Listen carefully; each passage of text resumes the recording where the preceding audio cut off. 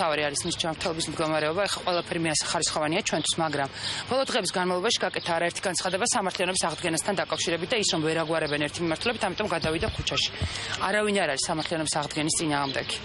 სამართლიანობა უნდა აღდგეს, მაგრამ იგივე იუსტიციის მინისტრს მინდა უთხრა, რომ კარგად გაუმიჯნოთ. სამართლიანობა უნდა აღადგინონ ადამიანებმა, რომლის სახელი და გვარიც კრიმინალურ ავტორიტეტებად ვიცოდით წარსულში ჩვენ, ანუ რა ხდება პოლიციის წინააღმდეგ იბრძვის კრიმინალური ავტორიტეტები, კრიმინალური ვენდეტებით, ქუჩური გარჩევები და ამას ჩვენ ვეძახით სამართლიანობის აღდგენას. მე ვფიქრობ, რომ სამართლიანობის აღდგენა აბსოლუტურად სხვა რაღაცაა ჩემთვის და ძალიან მნიშვნელოვანია ამ შემთხვევაში რა არის მთავარი განცხადება, რომ პოლიციელებს ასრულებთ, რომ თქვენ თუ დააკავებთ ადამიანებს, ხვალ თქვენს ოჯახის წევრებს გაუსწორდებიან ადამიანები, კანონიერი ქურდები, კრიმინალური ავტორიტეტები ფიქრობენ, რომ პოლიცია მათ უკანონოდ აკავებდათ.